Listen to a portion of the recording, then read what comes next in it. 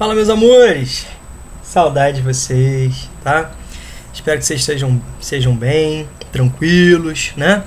Curtindo aí os seus familiares, mas não perdendo foco nos estudos. Postei um videozinho no início aí pra gente fazer uma reflexão sobre esse atual momento. Quem ainda não conseguiu assistir, não deixa de assistir não, tá bom? Vamos lá, vamos continuar?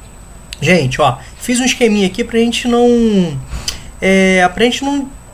manter o mesmo ritmo, para vocês não estranharem, né? Vocês sabem que eu gosto de fazer esquemas, mapas mentais no quadro, organizando o pensamento, organizando os pontos centrais de cada tema. Não vai ser diferente aqui. Eu tentei reproduzir o mais próximo possível daquilo que nós faríamos fisicamente na sala de aula, certo? Então vamos lá.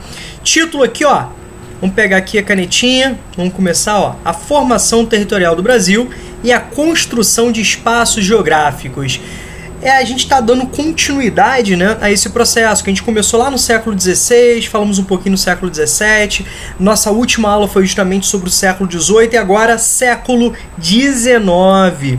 Então, quando a gente fala de formação territorial, como nós vimos, obrigatoriamente a gente precisa recorrer à história, né? Fizemos isso em outros momentos e, ao mesmo tempo, quando a gente fala de construção do espaço geográfico, e lembrando sempre que espaço geográfico é justamente aquele que o homem vive, o homem transforma, o homem, né, modifica a partir de determinados tipos de necessidade, as atividades econômicas são fundamentais. Então a gente não tem como falar sobre formação territorial sem nós recorrermos à história, às questões políticas, administrativas, bem como, né, a gente não consegue falar sobre construção de espaços geográficos sem nós falarmos sobre um processo de ocupação social e econômica do Brasil, certo? Então, ó, falando do século XIX, o que nós temos de interessante aqui?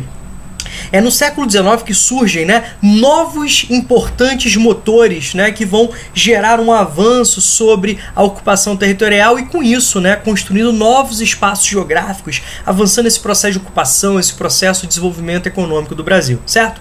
Dentro dessa realidade histórica, nós temos três produtos, três atividades econômicas que conseguem explicar esse ritmo, né, de desenvolvimento no século XIX. Então, primeiro a gente vai falar sobre o cacau na Bahia.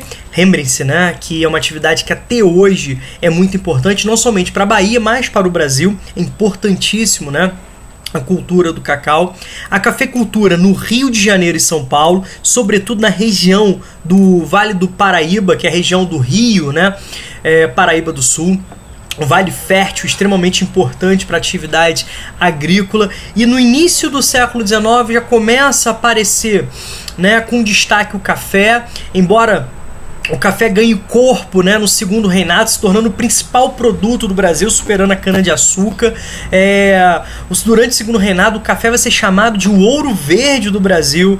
O Brasil vai chegar lá em 1920 tendo café com mais de 70% na sua pauta de exportação. Então, extremamente importante a própria industrialização brasileira, que marca, né, o século, que é um dos pontos chaves, né, que marca o século XX no Brasil, tem a ver com café, visto que a indústria vai se aproveitar da infraestrutura deixada pelo café. Como assim, Rômulo, infraestrutura deixada pelo café? Aquilo que foi criado, foi desenvolvido para atender o café, o plantio, né, o escoamento do café até os portos, né, para exportação, ele vai sendo apropriado pela atividade industrial. Como assim? A infraestrutura de transporte, a infraestrutura de energia, né, os capitais, o mercado consumidor, a mão de obra, que até então tinham relações diretas, né, com o café, passam a ser apropriados pela atividade industrial. Mas isso é um ponto, né, para outro momento, certo? Então a cafeicultura aqui é extremamente importante. E a extração do látex, né, para a produção de borracha. Quando a gente fala disso, a gente primeiro precisa entender a seguinte situação. É uma continuidade do processo de desenvolvimento industrial iniciado lá no século XVIII, lá na Inglaterra, naquele momento, né, onde se conhece como a primeira revolução industrial. O processo é né? O processo de transformação industrial, o processo de desenvolvimento industrial é único, né? É apenas um processo. Mas, ao longo desses séculos, a gente vai perceber que existem booms de desenvolvimento tecnológico. Nós temos saltos tecnológicos muito importantes para a atividade industrial. E no século XIX, na segunda metade do século XIX, nós tivemos o segundo boom tecnológico chamado de a segunda revolução industrial. E um dos ramos, né, importantes da atividade naquele momento era justamente a produção de borracha, a indústria química, né? É nesse momento que você tem o desenvolvimento, né, das indústrias automobilísticas, né, mais no final do século XIX. Então a borracha vai ser extremamente importante. A borracha também continua sua importância no século XX. Certo? Durante a Primeira Guerra Mundial, durante a Segunda Guerra Mundial, nós temos, né, uma procura muito grande pela borracha. Mas voltando aqui no século XIX, quando a gente fala de borracha, a gente tem que pensar na região amazônica. Não somente na região amazônica brasileira, mas na região amazônica em si, tá legal? E é aqui que vai acontecer uma disputa importantíssima, né, para a construção dos limites territoriais brasileiros, que é justamente a questão do Acre. Vou pegar aqui uma imagem para vocês entenderem melhor. Dá uma olhada aqui, galera, a construção e evolução da formação territorial brasileira. Aqui a gente está falando, né, de um período do século XVI. Aqui vocês estão vendo as capitanias hereditárias. Vocês conseguem perceber nitidamente o Tratado de Tordesilhas, os limites, né, territoriais entre os domínios portugueses, né, e os domínios da Espanha, aqui na região sul da América, legal? A gente começa a perceber já no século XVIII, né? Ó, já no século XVIII, onde nós temos já atividade mineradora, nós temos um avanço, a ultrapassagem do Tratado de Tordesilhas, sobretudo pela atividade dos bandeirantes, nós temos ocupação muito forte no norte do Brasil, certo? Mas dá uma olhada aqui, galera, dá uma olhada aqui, ó. Reparem que esse território brasileiro aqui tá um pouquinho diferente do que nós conhecemos hoje, certo? E um dos pontos centrais está justamente aqui na região do Acre, certo? O que acontece? O desenvolvimento da borracha, a exploração da borracha, isso desperta muito interesse, inclusive internacional, certo? E nós vamos ter um imbróglio aqui envolvendo principalmente o Brasil e a Bolívia. E esse imbróglio só vai ser resolvido com a assinatura de um tratado, que recebe o nome de Tratado de Petrópolis, foi assinado em 1903, que tem como um dos grandes, né, nomes aí o próprio ministro Rio Branco, o Barão de Rio Branco.